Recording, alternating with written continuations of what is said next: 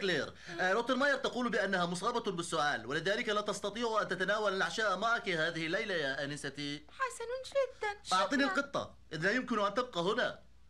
ماذا ستعمل؟ ماذا؟ لا شيء. أنت تريد أن تلقي بها خارجا. أرجوك لا تفعل، فقد أحضرتها لنلعب معها. ما من شيء آخر أستطيع عمله يا آليسا.